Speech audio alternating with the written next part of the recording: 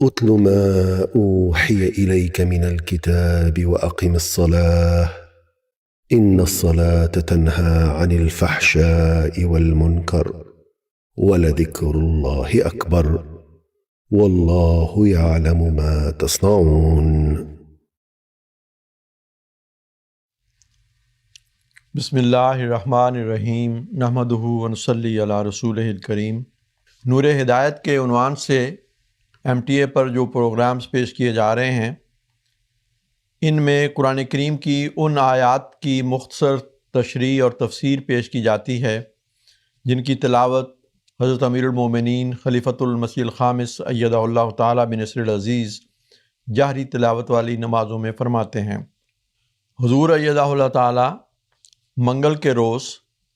فجر کی نماز میں دوسری رکعت میں سورۃ آل عمران کی آیات 26 تا 31 کی تلاوت فرماتے ہیں۔ آئیے سب سے پہلے ہم حضور ایدہ اللہ تعالیٰ بنصر العزیز کی مبارک آواز میں ان آیات کریمہ کی تلاوت کو سنتے ہیں، اس کے بعد اس کا ترجمہ اور مختصر تشریح آپ کی خدمت میں پیش کی جائے گی۔ وَكَيْفَ إِذَا جَمَعْنَاهُمْ لِيَوْمٍ لَا رَيْبَ فِيهِ وَوَفِّيَتْ كُلُّ نَفْسٍ مَا كَسَبَتْ وَهُمْ لَا يُظْلَمُونَ قُلِ اللَّهُمَّ مَالِكَ الْمُلْكِ تُؤْتِي الْمُلْكَ مَن تَشَاءُ وَتَنزِعُ الْمُلْكَ مِمَّن تَشَاءُ وَتُعِزُّ مَن تَشَاءُ وَتُذِلُّ مَن تَشَاءُ بِيَدِكَ الْخَيْرُ إِنَّكَ عَلَىٰ كُلِّ شَيْءٍ قَدِيرٌ تُولِجُ اللَّيْلَ فِي النَّهَارِ وَتُولِجُ النَّهَارَ فِي اللَّيْلِ وَتُخْرِجُ الْحَيَّ مِنَ الْمَيِّتِ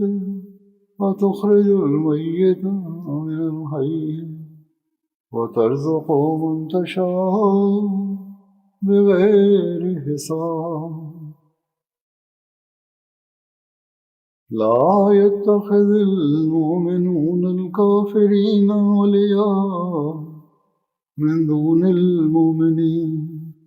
ومن يفعل ذلك فليس من الله في شيء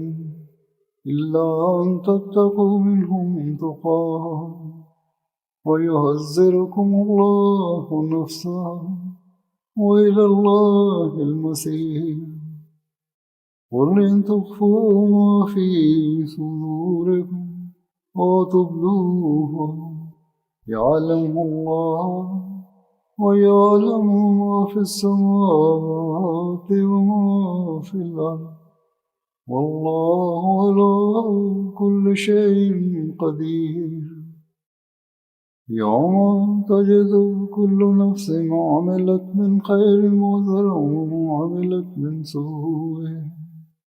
وَادُّوا أَنَّ بَيْنَهَا وَبَيْنَهُ أَمَدًا بَعِيدًا وَيُحَذِّرُكُمُ اللَّهُ نَفْسَهُ وَاللَّهُ رَءُوفٌ بِالْعِبَادِ۔ اللہ اکبر۔ ابھی جو آپ نے تلاوت سماعت فرمائی ہے، ان آیات کریمہ کا اردو ترجمہ پیش خدمت ہے۔ جب ہم اس دن کہ جس کی آمد میں کوئی شک و شبہ نہیں انہیں جمع کریں گے تو ان کا کیا حال ہوگا، اور ہر شخص نے جو کچھ کمایا ہوگا اس دن وہ اسے پورا پورا دے دیا جائے گا اور ان پر کچھ بھی ظلم نہیں کیا جائے گا۔ تو کہہ، اے اللہ جو سلطنت کا مالک ہے، تو جسے چاہتا ہے سلطنت دیتا ہے اور جس سے چاہتا ہے سلطنت لے لیتا ہے، جسے چاہتا ہے غلبہ بخشتا ہے اور جسے چاہتا ہے ذلیل کر دیتا ہے۔ سب بھلائی تیرے ہی ہاتھ میں ہے اور تو یقیناً ہر ایک چیز پر قادر ہے۔ تو رات کو دن میں داخل کرتا ہے اور دن کو رات میں داخل کرتا ہے، اور بے جان سے جاندار نکالتا ہے اور جاندار سے بے جان نکالتا ہے، اور جسے چاہتا ہے بے حساب دیتا ہے۔ مومنوں کو چھوڑ کر کافروں کو دوست نہ بنائیں، صرف ان سے پوری طرح بچ کر رہنا تمہارے لیے جائز ہے، اور تم میں سے جو شخص ایسا کرے اس کا اللہ سے کسی بات میں بھی کوئی تعلق نہ ہوگا، اور اللہ تمہیں اپنے عذاب سے ڈراتا ہے، اور اللہ ہی کی طرف تمہیں لوٹنا ہوگا۔ تو ان سے کہہ دے کہ جو کچھ تمہارے سینوں میں ہے اسے خواہ چھپاؤ یا اسے ظاہر کرو، بہرحال اللہ اسے جان لے گا، اور جو کچھ بھی آسمانوں میں ہے وہ اسے، اور جو کچھ زمین میں ہے اسے بھی جانتا ہے، اور اللہ ہر ایک چیز پر بڑا قادر ہے۔ اس دن سے ڈرو جس دن ہر شخص ہر نیکی کو جو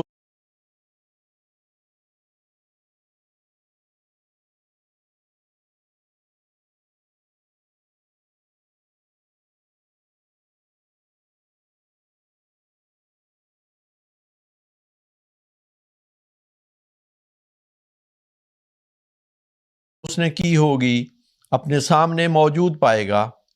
اور جو بدی اس نے کی ہوگی اسے بھی۔ وہ خواہش کرے گا کہ کاش اس بدی کے اور اس کے درمیان لمبا فاصلہ ہوتا، اور اللہ تمہیں اپنے عذاب سے ڈراتا ہے، اور اللہ بندوں پر شفقت کرنے والا ہے۔ اب حضرت مسیح موعود علیہ الصلوۃ والسلام اور خلفائے کرام کی بیان فرمودہ تفسیر میں سے چند باتیں آپ کی خدمت میں ان آیات کے حوالے سے پیش ہیں۔ حضرت اقدس مسیح موعود علیہ الصلوۃ والسلام آل عمران کی آیت 27 کا ترجمہ کرتے ہوئے فرماتے ہیں، کہہ اے بار خدایا، اے مالک الملک، تو جسے چاہتا ہے ملک دیتا ہے،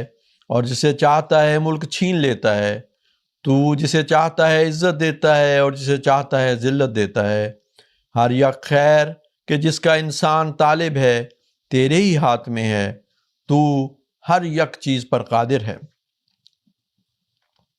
پھر آیت نمبر 28 تولج اللیل فی النہار و تولج النہار فی اللیل سے کے مضمون کو بیان کرتے ہوئے حضور فرماتے ہیں، جاننا چاہیے کہ خدا تعالیٰ نے اس بات کو بڑے پرزور الفاظ سے قرآن شریف میں بیان کیا ہے کہ دنیا کی حالت میں قدیم سے ایک مد و جزر واقع ہے، اور اسی کی طرف اشارہ ہے جو فرمایا ہے تولج اللیل فی النہار و تولج النہار فی اللیل، یعنی اے خدا کبھی تو رات کو دن میں اور کبھی دن کو رات میں داخل کرتا ہے، یعنی ضلالت کے غلبے پر ہدایت اور ہدایت کے غلبے پر ضلالت کو پیدا کرتا ہے۔ حضرت خلیفۃ المسیح اول رضی اللہ تعالیٰ عنہ فرماتے ہیں، قل اللہم مالک الملک، خدا کے تمام وعدے اعمال کے ساتھ وابستہ ہیں، اور اعمال کی توفیق دعاؤں سے حاصل ہوتی ہے، اس لیے دعا سکھائی ہے۔ قرآن کی دعائیں یا تو ربنا سے شروع ہوتی ہیں یا اللہم سے۔ عام دعا جو ہر نماز میں مانگی جاتی ہے وہ بھی اللہم سے ہی شروع ہوتی ہے، اللہم صلی علی محمد۔ اسی طرح فرماتے ہیں انسان چاہتا ہے کہ دنیا میں معزز اور محترم بنے، لیکن حقیقی عزت اور سچی تکریم خدا تعالیٰ سے آتی ہے، وہی ہے جس کی یہ شان ہے تعز من تشاء و تذل من تشاء۔ اسی طرح تولج اللیل فی النہار کے ضمن میں حضور فرماتے ہیں، وہ چاہے تو جن کے گھر غموں کی اندھیری ہے وہاں آرام کا دن چڑھا دے، اور چاہے تو جہاں راحت کی روشنی ہے وہاں دکھوں کی تاریکی کر دے۔ وہ چاہے تو بروں سے بھلے اور بھلوں سے برے بناوے، جسے چاہے عزت دے، جسے چاہے ذلیل کرے۔ یہ دعا نبی کریم صلی اللہ علیہ وسلم و صحابہ نے مانگی، خدا نے ان کو عزت دی، نیک و ممتاز انسان بنایا۔ یہاں جہاد کے متعلق یہ ہدایت کی ہے کہ دعا ضروری ہے، پھر افطرا نہ کرے، خدا تعالیٰ کا صریح نافرمان نہ ہو۔ تو یہ ایک بہت ہی خوبصورت دعا ہے جس کی طرف توجہ دلائی گئی ہے کہ ہمیں یہ دعا کرنی چاہیے۔ آیت نمبر 29 ہے، لا يتخذ المؤمنون الکافرین اولیاء من دون المؤمنین۔ حضور فرماتے ہیں کہ مومن کبھی کافروں کو اپنے دلوں پر متصرف نہ مانے۔ پارہ 28 سورہ ممتحنہ میں اسے اور بھی کھول کر بیان کیا ہے، شروع سے سورت کو پڑھ کر دیکھ لو، یعنی اس کی مزید تشریح جو ہے وہ سورہ ممتحنہ میں آپ کو مل جائے گی کہ کافروں کے ساتھ دوستیاں لگانے کا کیا مطلب ہے۔ الا ان تتقوا منہم تقا، حضور فرماتے ہیں کہ اسلام میں جتنے مسائل ہیں ان میں حفظ نفوس، حفظ اموال، حفظ اعراض مقصود ہوتا ہے۔ یہاں بھی ایک گر بتا دیا کہ کافروں کے ساتھ معاملات تو پڑیں گے، لیکن اپنے نفوذ کی حفاظت کرنی ہے، اپنے اموال کی حفاظت کا خیال رکھنا ہے، اپنی عزتوں کی حفاظت کا خیال رکھنا ہے۔ یہ جو فرمایا کہ یوم تجد کل نفس ما عملت من خیر محضرا و ما عملت من سوء، اس زمن میں حضرت خلیفۃ المسیح اول فرماتے ہیں محضراً یعنی نتیجہ سامنے دیکھے گا۔ اس سے آگے وما عملت من سوء کے لیے محضراً نہیں فرمایا، یہ اس کی شان ستاری کا تقاضا ہے۔ حضرت خلیفۃ المسیح رابع رحمہ اللہ نے اس دعا کے حوالے سے فرمایا کہ حضرت صلی اللہ علیہ وسلم کو خدا تعالیٰ نے خود یہ دعا سکھائی، قل اللہم مالک الملک تؤتی الملک من تشاء وتنزع الملک ممن تشاء وتعز من تشاء وتذل من تشاء بیدک الخیر انک علی کل شیء قدیر تولج اللیل فی النہار وتولج النہار فی اللیل وتخرج الحی من المیت وتخرج المیت من الحی وترزق من تشاء بغیر حساب۔ اے محمد صلی اللہ علیہ وسلم، تم مجھ سے یوں مخاطب ہوا کر، مجھ سے یہ دعا کیا کر کہ اے ہمارے اللہ، تو ملک کا مالک ہے، یعنی ہر قسم کی ملکیت جس کا تصور کیا جا سکتا ہے وہ تیرے قبضہ قدرت میں ہے۔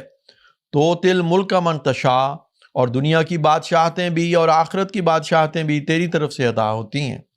جس کو جو چاہے جس طرح چاہے تو عطا فرما دے، خواہ وہ اس دنیا کا ملک ہو یا آخرت کا ملک ہو۔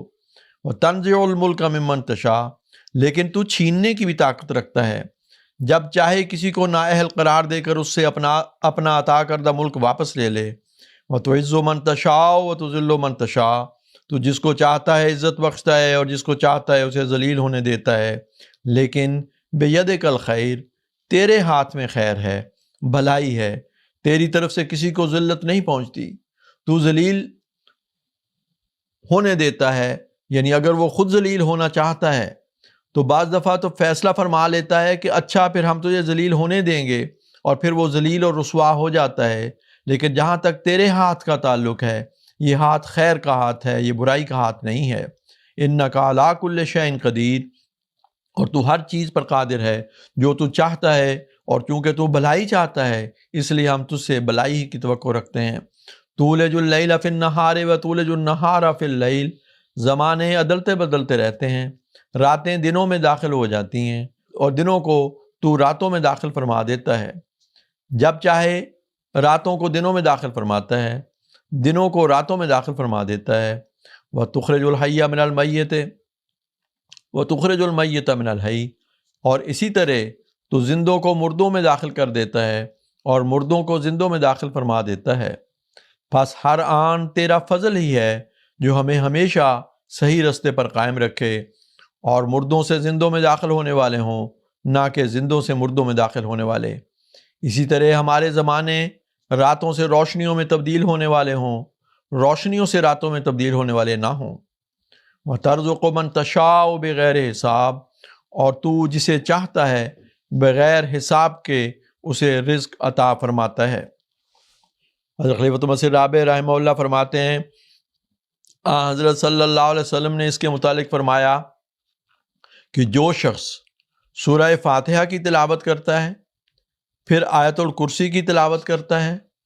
پھر آل عمران کی اس آیت کی تلاوت کرتا ہے جس میں اللہ تعالیٰ فرماتا ہے شاہد اللہ انہ لا الہ الا ہوا والملائکۃ واولو العلم قائما بالقسط لا الہ الا هو العزیز الحکیم۔